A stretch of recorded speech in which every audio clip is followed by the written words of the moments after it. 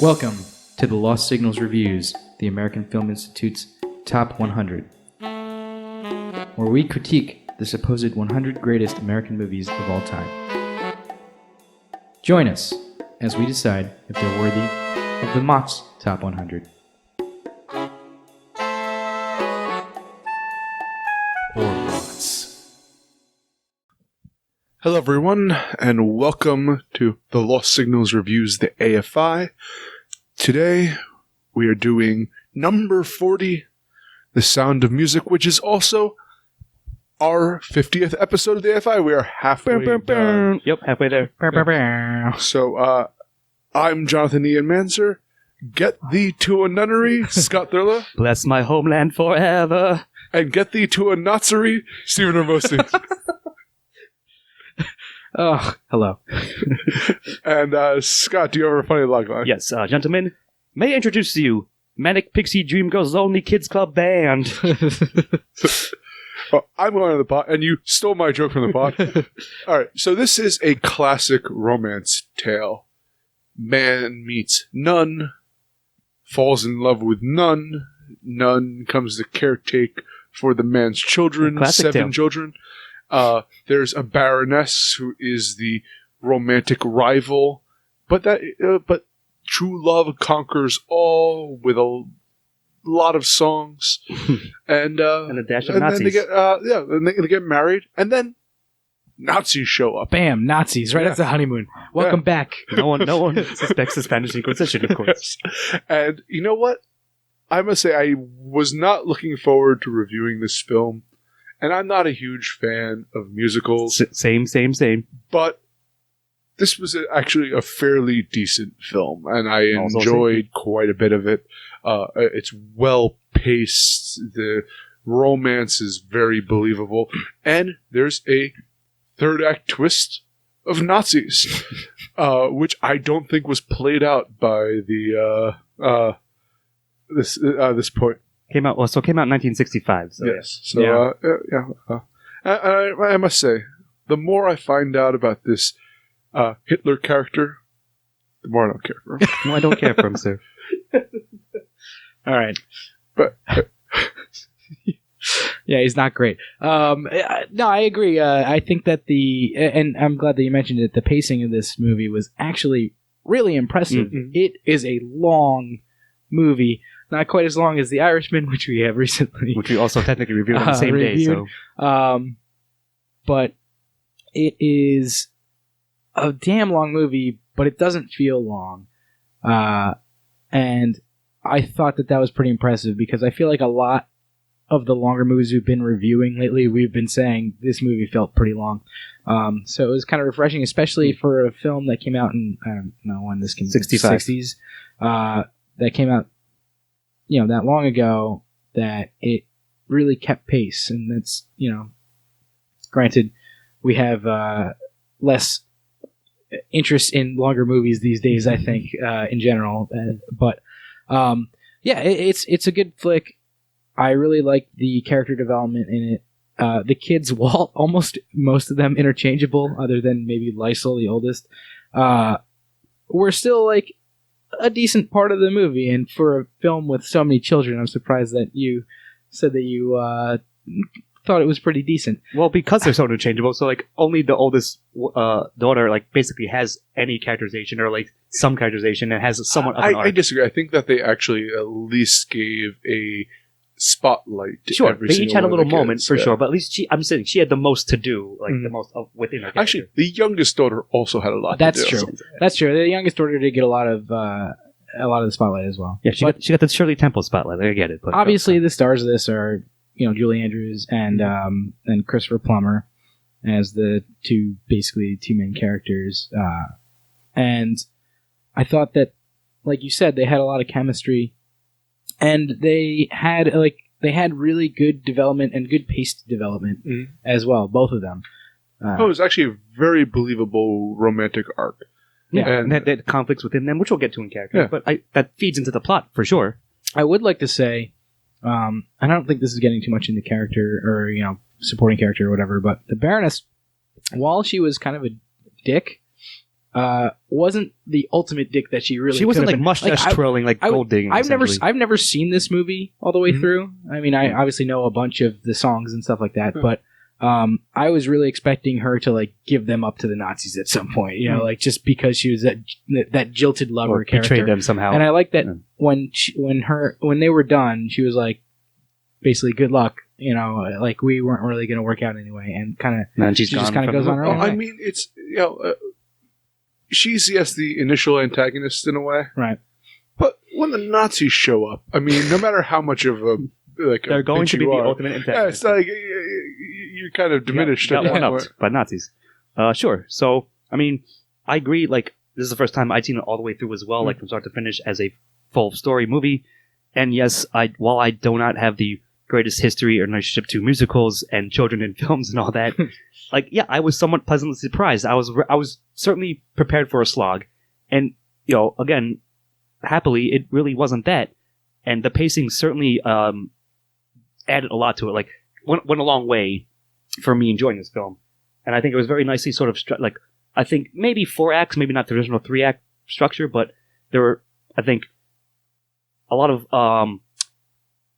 3 or 4 points where okay, now this little arc is complete, right? Basically, Maria going to be governess, then turning to the Abbey, then cuts off, and it all unfolds very nicely. So I'm probably looking at a 3. I could go down to a 2, but I'm looking at a 3. So you go. And this might go into style a little bit, but I think that one thing that I hate about musicals is when it feels forced. Yeah, all of a sudden they're interrupting the narrative to introduce a song. Just to sing a song. Yeah. And in this one, and I think it's Julie Andrews was her manic pixie dream girl kind of status makes me believe that she's the type of person to introduce songs into the world. Song randomly, And even bringing the when the captain comes in to sing his parts, he's hesitant to, but no, he has that past that he's trying to bury because his first wife died. It all feels actually kind of it's a more realistic depiction of a musical than I think you see regularly. And I think you're credit for that. Yeah, I'm good. Is that a 3 for you? That is a 3. I tend to agree. I think I'm also going to give it a 3. It's a strong, a very strong and seamless transitions. Yes, almost. That's from, what I was trying to struggle to say from just point before. to point. Yeah. So, I think it's 3s all around. Okay, Stephen, on to you with themes.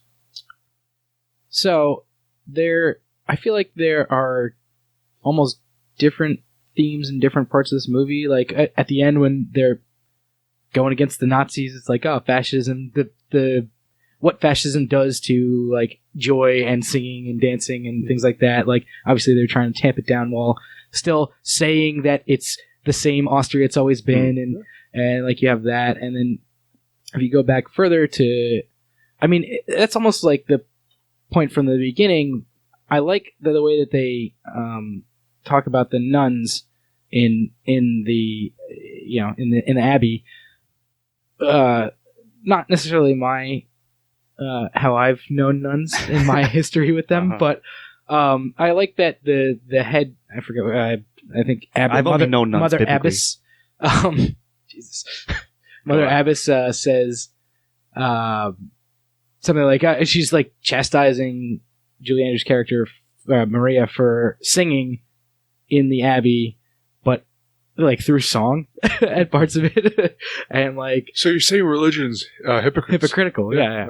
But no, I think that she really does want the best for her, despite the fact that she has to. She's we have to follow these rules here. It doesn't seem like you are the type of person to do that. Maybe this isn't the spot for you. Yeah.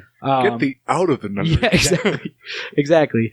So I like that type of role that they play, and they do kind of highlight the better parts of Christianity in this, and don't really talk about the worst parts, which is fine. Not every movie that involves Christianity has to highlight the shitty parts of it. Sure. But I think that is really well done in terms of that, and her the way that she deals with the children and Captain Von Trapp really talks to like the whole family. Closest of family is important, but also kind of you have to find your own, find the family that works for you, and which is what she does, you know. So there's a lot going on in this. Well, it's also a loss on his, and that he lost his wife that Right. he loved very deeply.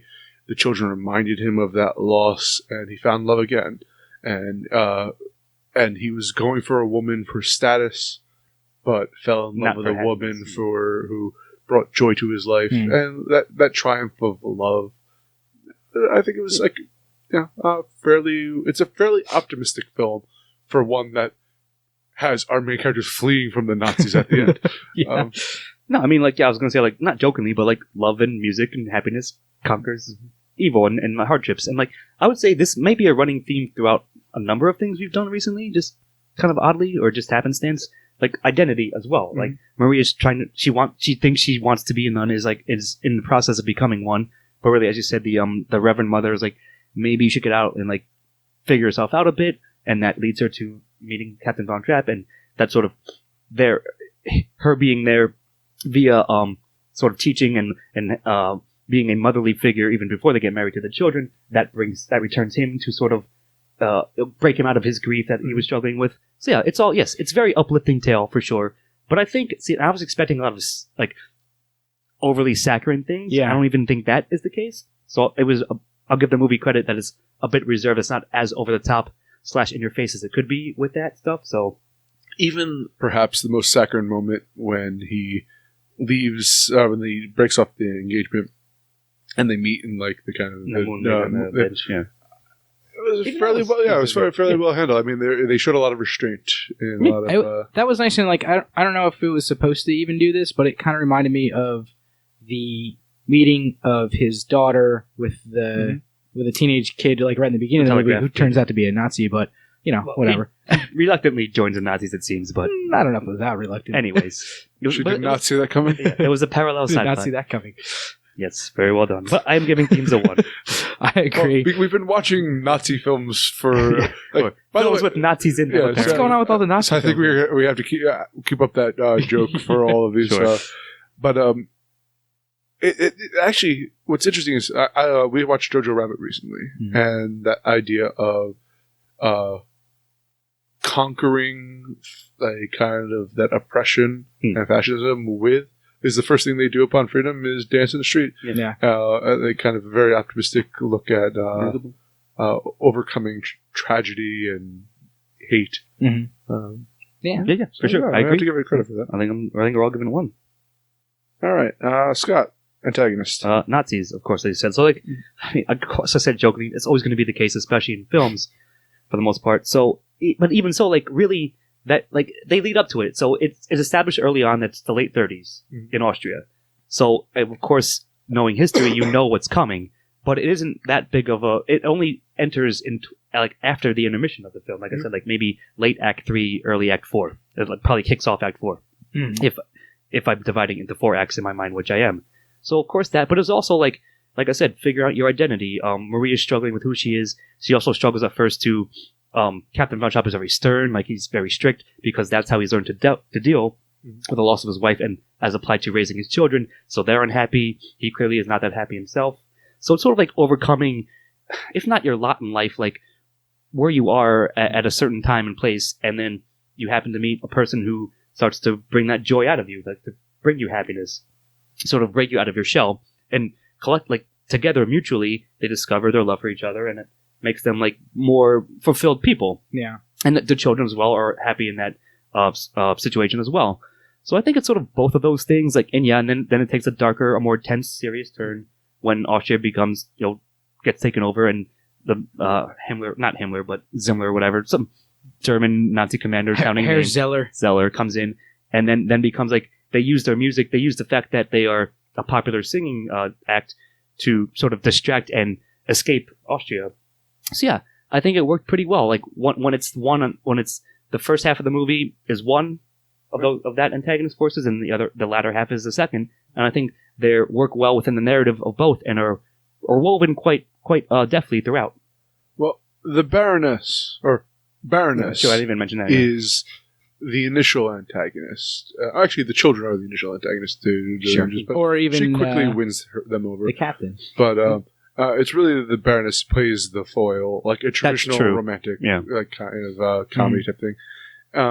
But she's even sympathetic for a lot of it. I felt bad for her situations until they come to a mutual understanding. Like, I need someone who needs Yeah, me, she and I was seems like- actually very touched by Like that. you said, like she's not like when- mustache twirling, Yeah. but she has a different mindset and different needs, as you said. Yeah, when she says like, I have a feeling she's not going to be a nun. You know, she's never going to become a nun or whatever. It's like, all right, Baroness, well played. Yeah. But yeah, I completely agree. I think it is like there's almost 3 even antagonists, because Sure. I think Captain Von Trapp himself is an antagonist, like right in the beginning, like right when she goes Yeah, there. but you're right. They're very standoffish, at least initially. And then it becomes the Baroness only when they have that part. Only when she realizes that she's a romantic threat to her, Or at least a rival, yeah. and then yeah, obviously Nazis. It's always going to be Nazis. But but yeah, I think that all 3 of them work really well in their antagonist roles for the time that they fill them. Yeah, well said. Agreed. Even though, they were broadly brushing the Nazis into this, like towards or they just come storming in at the end. It actually definitely handles a lot of the having so many multiple antagonists in this. Yeah. Like each of them has their moment to really And they bring that tension. and they do foreshadow the whole Nazi thing Yeah, like I too. said, It's not yeah. like they just fucking show up out of It's nowhere. not out of nowhere. Like you know where it's I set. mean, he does come home to find a to a Nazi, Nazi flag banner on his yes. house. Yes, he does, indeed. But I think that's gonna be a 1 for me. Same. All right, and I'm on to protagonists. So I would say that Maria and her problems Mm-hmm. are the protagonists there, because even though like you can argue that the whole Von Trapp family it's really her story, and she is charming. Mm-hmm. She is lovely. She's optimistic. She is the manic pixie dream girl. If this was remade, she would be plugging in headphones and sharing the songs with the captain. But this one, she's singing and dancing and like Chatting and dancing and getting married. It really, like the chemistry she has with both the People. children and the captain, the Von Trapps, it really makes this movie work. And I have to say that the battle between being in love and, in a sense, your duty to what she thinks to being a nun, is an engaging push and pull for a while. Yeah, and then fighting the Nazis. I mean, Mhm. 100% agree. She's a The very Nazis. she's a very well fleshed out character, and even she has her doubts. Like she might be a manic pixie dream girl, or at least we're joking, like describing her as such. But if you remember early on, when she gets the job or gets assigned to be the governess, she's unsure of herself, and she sings a song about being confident as she goes to the house. And then by the time she arrives, she's ready to jump into the job. I was actually going to mention that song. So like it's again struggling sort of with who you are and your like the situation you're put into. But I certainly think she is the protagonist, and as such, as the focal point, I'm going to give her a very strong 1. I think she's portrayed well, and like you said, like even when the musical numbers happen, they're not just like randomly there; they're pertinent to the actual drama of the plot. So yeah, very strong 1 protagonist for me. Yeah, I completely agree. I think that actually that the confidence song, I'm going to call it. I don't remember what it is. I think it might just be called comedy. It's got a simple name to it. Is almost a part where she like that character won me over, because it is like her just like loudly proclaiming that she is confident in order to make herself more confident, obviously, and like I really dug that insight into the character. Give you a lot of insight into that character in like a really short time without like any dialogue in and of itself. It's never really mentioned again, but like she gets confidence from herself, which I really like about a character, especially a character in a movie from 30, 40, 50 years ago, however long it is, because a lot of times you don't see that type of thing in those older flicks. So I really like that about her. Yeah, I like her she's a character very in general. the way she stands up for herself and has It's like shouting matches with her employer. Like, It is. It's she's an impressive character. Yeah. She does. Julie Andrews herself does a really impressive job in the role, and I got to give her a strong one. Okay. Mr. Mussy, keep on talking about supporting characters. All right, so you got the kids, who I want to mention. Just a little historical aside, or more recent history aside. I believe one of these kids, they all moved to America. One of these kids ended up setting up a brewery in Vermont, which is still there. The Von Trapp family, Bang on. Tap house or something like that. Nice. And so if you ever find Check it yourself in Stowe, Vermont, go check out the Von Trapp brewery. It's actually them, or like it's their family. And sing a song while you're there. Oh yeah, just sing a little song. But so you have all the kids, as I mentioned earlier. There's Lysol and Louisa, Friedrich, Kurt, Brigitte, Marita, No, and they're Graham. all just whistles. Huey, Louie, and Yeah, Dewey. if I remembered the whistles for each of their names, I would do them as well. But I mean, a lot of them don't have a ton to do. They all as you mentioned, Ian, they do all get their own little spotlight. But Briefly here and there. I don't remember which of the boys is which. You know, I remember Lysol. There's only 2 boys, right? I remember Gretel. I think it's 3. Hold on. Friedrich, Kurt. Oh, no, there's only 2. Friedrich and Kurt. But exactly. I think that says it all. proves the I point, got yeah. it. I got it right. So I don't know what you're talking You about. remember. But and Gretel, I think gets the other most of the kind She gets a few extra Highlight. moments to shine versus the others. of. Yeah. You got Herr Zeller, who we mentioned earlier, who is I guess kind of part of the antagonist, like Oh, yeah, the for Nazi sure. antagonist. He's the but personification of them. he does show up like earlier before he's like the straight up antagonist, as like he's almost a joke to the captain in the beginning, and Until he sees the full Yeah. extent of his darkness. you know, you got. I don't want to name all of them. I'll leave you guys a few, but I will say, Captain Von Trapp, even though I a little bit rolled him into the antagonist, is probably the most important supporting exactly. character. I'll leave the rest of you guys, but you know, he does a really good. Christopher Plummer does a really good job in this role, and you go from like. Or at least I went from thinking this guy was a complete douche to like really liking him. It by the becomes end of the charming and then film. So once he like kind of opens up to the rest of the family, it's really nice to see. Well, that parallels really well with Maria's viewpoint of him as well. Mhm. Yeah, cool call. Yeah, so I mean, entire Vouchop family, and what's that? Uncle Max? He's like sort of Yeah. like the freeloader promoter guy who like realizes that he can like. I mean, he's not like again. He's trying to help them. He's definitely a friendly face. Yeah. He just he's sort of Also wants to make money. yeah. He's trying. He even says he's like I'm a charming sponge or like something Yeah. like that. Like like he's endearing, but he does have all the best of intentions. He in fact helps them with their plan to escape Austria and all that. So like he was an amusing character and I liked him. And I guess we would say Baroness also fits in there for the time she's there until she again like I rather put her in antagonist. let's see like I mean yes and no. Maybe for that section as I said she becomes that, but she's also again not just outright villainous for no reason. She sort of reasonably realizes that they're not going to work and sort of Good steps aside. antagonist. Mhm. Sure, but I still think she did a good job in that role as well. And yeah, like I'll for the most part, it's the Von Trapp family, and I'll have to give them a 1. And also, I will have to mention here, I suppose, that Lysol, also the oldest daughter, has a bit of her own arc. She gets, I think, more moments Mhm. than the Yeah. others. And so there's sort of a subplot with her, and that's all fine. Like, it doesn't distract, it doesn't, like, take away from anything else. So I'm pretty much giving them all collectively a pretty strong 1. In fact, I think her subplot is one of the strengths of the themes of this. Mm. And the fact Sure. that Rolf, or whatever her, Yeah, I think it's Rolf the dog, Yeah. choosing ideology over love, or in a sense, false duty in a way over love, which is something that they've been, the 2 other characters, Captain and Maria, have been fighting with the entire That's a time. good point, yeah, true. And it turns out to be a real son of a bitch. Loves his son. It's a good parallel. But no, I'm giving all of these secondary characters a pretty damn strong 1 for all those reasons. Same. Scott, I believe it's onto you with dialogue. So it's mostly the music. I mean, yeah, there's very so I referenced it on the intro.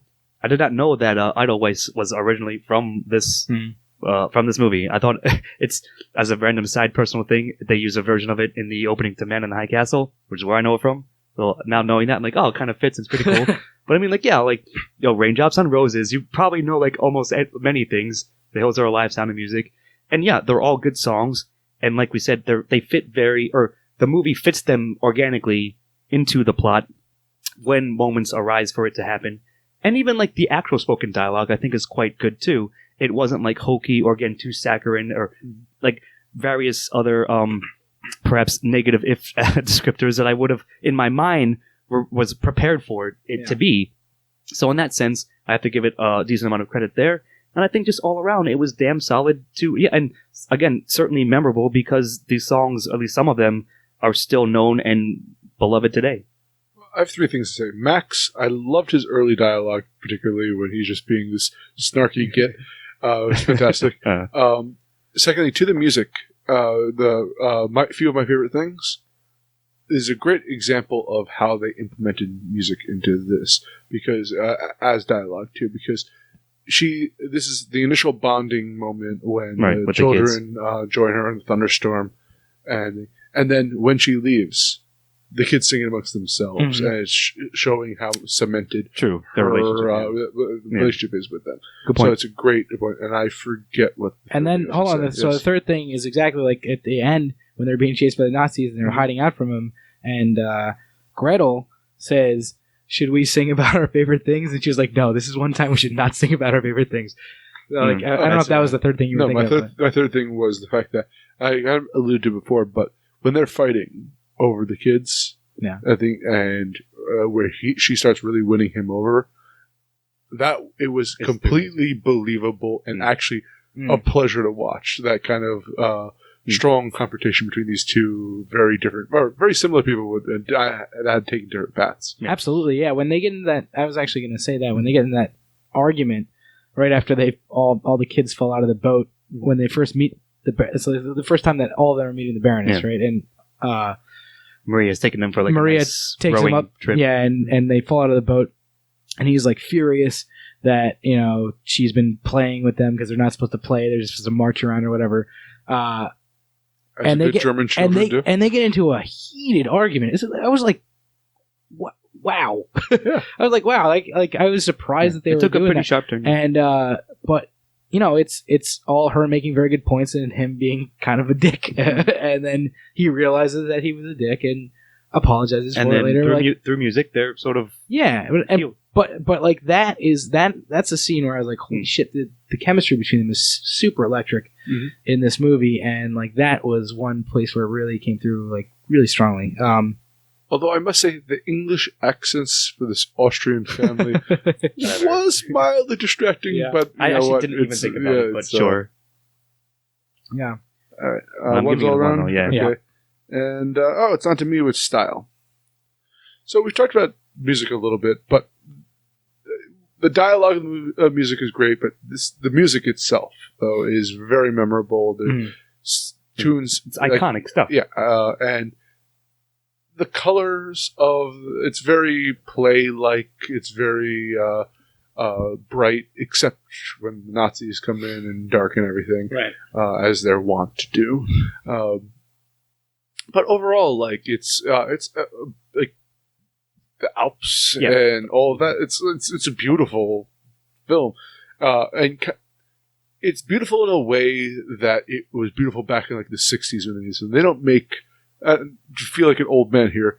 Like they stopped making this kind of films more recently. This is very much part of its time, but this is a great example of it done well. In its epic scale, maybe perhaps, but there was a point in this movie where I was like, oh, that shot. It was when they were on stage singing towards the end when the Nazis were watching them, and I was like, that shot just now reminded me of a like almost directly reminded me of a Wes Anderson shot. Like, yeah, you didn't mention it. Actually, that's good. It is. Wes Anderson wouldn't exist without this film. Exactly, and like there's stuff like that in there throughout. There's some really, really, really gorgeous shots that came out of this movie, and I was actually like, I know what it looks like, just from knowing like one of the most iconic things ever is like the very beginning of the movie where she's like in a dress twirling through the hills, singing the Hills Are Alive with the Sound of Music, And like I know that look of this movie, Mhm. but there's a lot of other stuff that this film does that's really well done. Like there's a shot where they're in, I think it's like her and the kids are playing, and like right after she's won them over, and like they're in this like tunnel. It's not a tunnel. It's like it's like a, one of those fences, like a trellised tunnel almost. And it's gorgeous shot. It's so good. Like I stopped like watching for a second, like turned to you and I was like, holy shit, that was a fucking great shot. Well, like when they're singing the Do Re Mi song, Yeah. and the dancing, like as they're progressing up the stairs to the. But just one thing is that here's a detail that I thought was fascinating. When you initially meet the kids, they're all in a drab kind of, and she makes them new clothes, but they're all still in uniform. This is all made from drapes. Yeah. And towards the end, they're all unique in the way they're dressing. So you're actually seeing costuming going towards their progression as characters. I mean, I agree with really cool. I agree with everything you guys said. Two things I was going to mention. You just sort of said at the end: costuming and choreography, like throughout the whole movie for sure. And also, I would say, like in addition to some, like the set locations, of course, are just like gorgeous because of where it is, because of the opposite you said. So even like shots of the Abbey. Where they are, like, I think there's like a bridge like overlooking the town, like that looked really awesome. There's like 2 or 3 scenes there when she goes back and forth, and yeah, like the whole thing, the framing of it, it's epic in a sense, like you said, Steve. Like, I bet it looks amazing when it came out on theaters, like a big screen like that. So yeah, all around color palette. Now in Technicolor. Yeah. But everything you said, and of course ties a lot back into style as we mentioned. But for sure, I'm giving it a 1. All right, so are we giving this movie a 10? Steven, it's on to you for recommendation. I mean, yeah, obviously, I'm gonna hit the perfect score already. It's long; it doesn't feel like almost 3 hours by any means. I was really dreading like when we put this movie on. Really quick story: when we put this movie on, we were watching it on Amazon. And it said that it was 3 hours and 45 minutes long, and I was like, "No, why? Why?"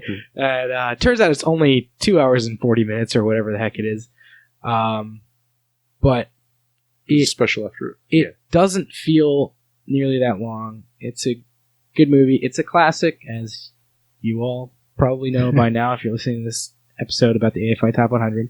And it is just good. It's better than I thought it was going to be. And, me being the one who likes musicals the most out of this room, I had fairly high hopes for it. Like, I didn't think it was going to be amazing, but it turned out it was pretty damn good. So I give it a full recommendation. Yeah, I mean, I pretty much second that. Like I said, I mentioned my history and bias or lack thereof for these kinds of films. But yeah, I mean, I don't know if it's a perfect 10 film outside of this, but it hits certainly all the points on our scale. And I think given that, yeah, I recommend it. It'd be one, like, it's probably the second best musical I've seen. And like I said, I don't really like musicals all that much. But for all the reasons we just talked out, it definitely deserves to be seen. And it also deserves to be on the AFI. And I think it's fine that it's on there. That's what I was going to say, too, is that I think this is, if you're going to have a musical up there, this is actually a great exemplar of that era of musicals. Yep. And I'm not a huge musical fan either. I generally find them tedious, and I was engaged the entire time in this. This one was not, so yeah, it's definitely one of the best. So I'm actually giving it, maybe not a perfect film, but to me, it's as good as a musical gets. Yes, very nice. I well said. Well, that goes on to the question that we always have to ask: if we give something a perfect 10, which we have done. Do you think it's a 10 movie? I think it's a 10 musical. Right. Yeah, I know it's a weird like that, but I would probably like copy Ian's answer. I don't think it's a 10 movie, I guess. But like I said, hits all the points, so I might give it like an 8 or a 9 arbitrarily outside of this. Yeah. But I do think for what it is in its genre, it is one of, if not perhaps the best, and it certainly is iconic and can certainly stay where it is on the FI. Yeah, I mean, I'm not going to put it up there in my favorite movies of all time by any means, but it is a really well done movie, and I'm okay with giving it a 10. Yeah, I enjoyed watching it much more than I thought I would. I'm okay with keeping it actually at its position on the AFI. Yeah, exactly. Deserves top 40s. 40 is fine. Nice. All right, so on that note, I'm Jonathan Ian Menzer, and The Hills Are Alive, but not because of the sound of music. And with Scott Thurlow. And I'm going to go train 7 children to sing in a group myself. And Stephen Hermosi. Well, good night. See you next time. Editing and engineering by Stephen Hermosi. Music by Christopher Morgan. Check us out on YouTube and iTunes for the shows, and on Facebook and Twitter for updates.